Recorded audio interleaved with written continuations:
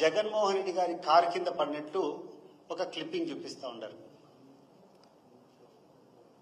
నేను ఈ సందర్భంగా ఈ రాష్ట్రంలో ఉన్నటువంటి ప్రజలకు అందరినీ కూడా ఆలోచన చేయమని చెప్పి కోరుతున్నా. జగన్మోహన్ రెడ్డి గారు ప్రయాణం చేస్తున్నటువంటి వాహనం బుల్లెట్ ప్రూఫ్ వెహికల్. దాని యొక్క బరువు 5 టన్నులు ఉంటుంది.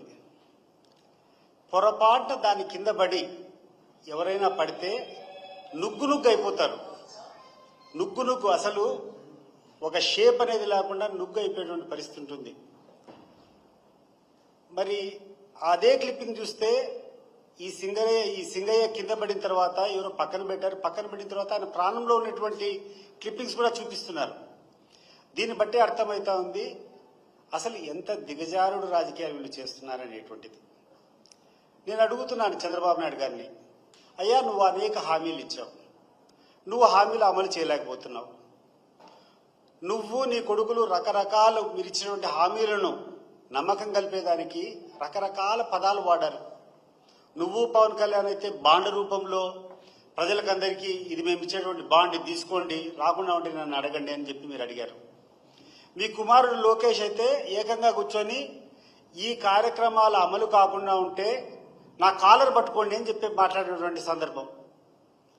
లోకేష్ అయితే వచ్చి కూర్చొని ఎన్నికల ముందు ఈ హామీలు అమలు కాకుంటే నా కాలర్ పట్టుకొని నన్ను నిలదీయండి అని మాట్లాడాడు. ఈరోజు లోకేష్ గారు మీరు చెప్పండి, ఎప్పుడు వస్తారు? నీ కాలర్ పట్టుకునే దానికి జనాలంతా రెడీగా ఉండరు. నువ్వు మాట్లాడినటువంటి మాటలు కాదా? నువ్వు ఆ రోజు హామీలు ఇచ్చావు. ఈరోజు నువ్వు ఇచ్చినటువంటి హామీలు నెరవేర్చడంలో నువ్వు వైఫల్యం పొందినావు.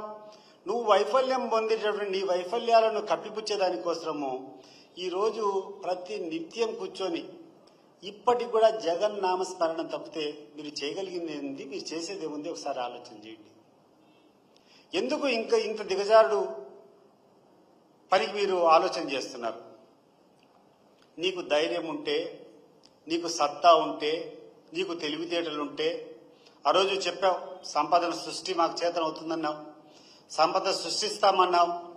అవన్నీ చేయకుండా ఈరోజు ఎక్కడ చూసినా ఏ రాష్ట్రంలో అయినా కూడా అభివృద్ధి జరుగుతూ ఉంటుంది. పన్నులు వచ్చేది కానీ లేకుండా ఉంటే రాష్ట్ర